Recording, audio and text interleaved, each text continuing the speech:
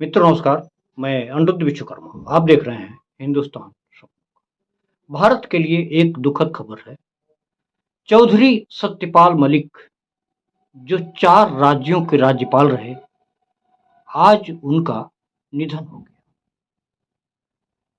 सत्यपाल मलिक के Twitter handle से 1:22 पर इस खबर को प्रकाशित किया गया। पूर्व गवर्नर चौधरी सत्यपाल सिंह मलिक जी नहीं रहे। सत्यपाल सिंह मलिक के ट्विटर अकाउंट से यह एक लाइन लिखा गया, उसके बाद पूरा भारत स्तब्ध रह गया। पूरा भारत शोकाकुल हो गया। एक ऐसा जीवट व्यक्ति यदि प्रधानमंत्री की भी आलोचना करता था तो डट करके करता था, न डर न भय। ऐसा जीवट व्यक्ति सड़कों का जाल भारत भूमि पर कभी कभी पैदा होता है। सत्यपाल मलिक उत्तर प्रदेश के ही निवासी थे।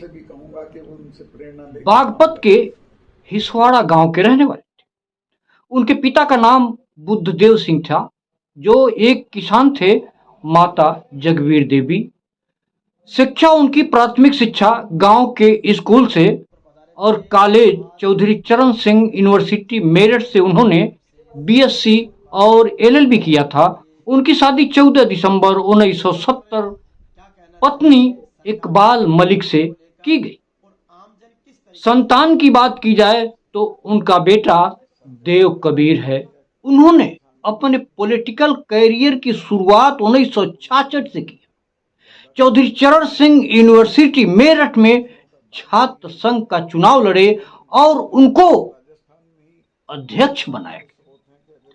1974 में उत्तर प्रदेश विधानसभा के सदस्य रहे बागपत से।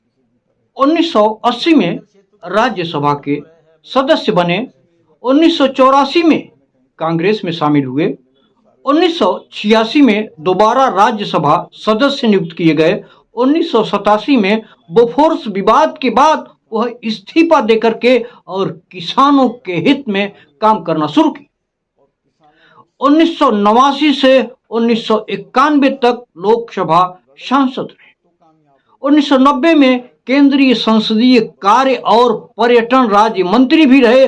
2004 में भाजपा में शामिल हुए।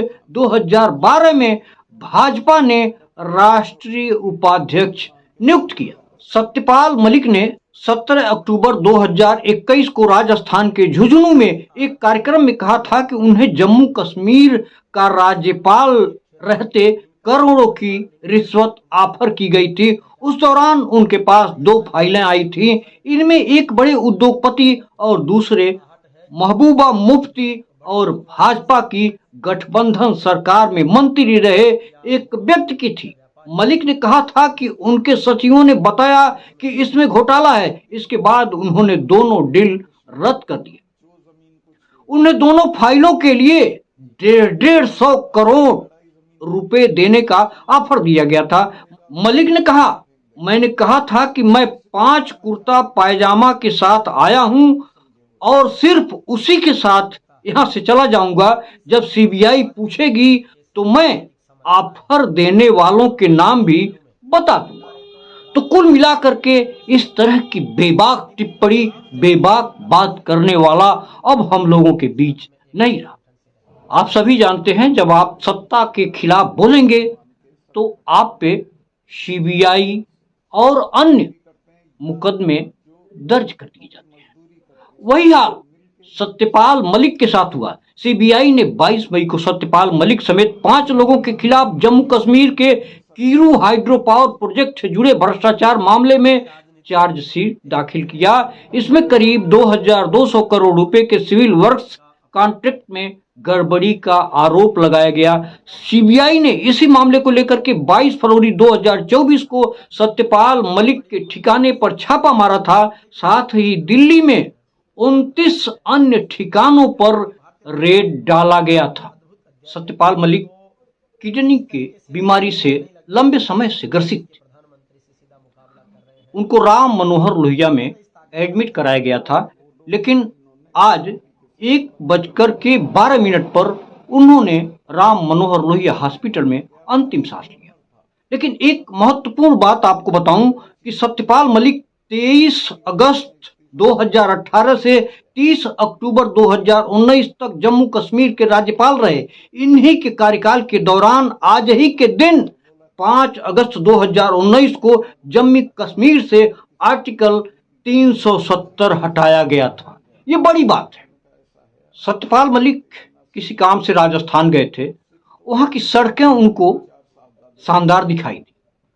उन्होंने अपने ट्विटर हैंडल पर लिखा कि मैं पिछले एक सप्ताह से राजस्थान में हूं। मैंने यहां देखा कि बहुत ही बढ़िया नई नई सड़कें बनाई गई हैं। जिस तरह से परिवहन मंत्री श्री नितिन गडकरी जी ने सड़कों का जाल बिछाया वह बहुत ही काबिले तारीफ है। अन्य नेताओं को भी इसी तरह का काम करना चाहिए। तो कुल मिलाकर के सत्यपाल मलिक इस तरह के जीवट व्यक्ति थे जो राजनीतिक व्यक्ति बेहतर काम करता था उसकी सराहना करते थे। मित्र, इसी से अपनी बात समाप्त करता हूं। नमस्कार, जय।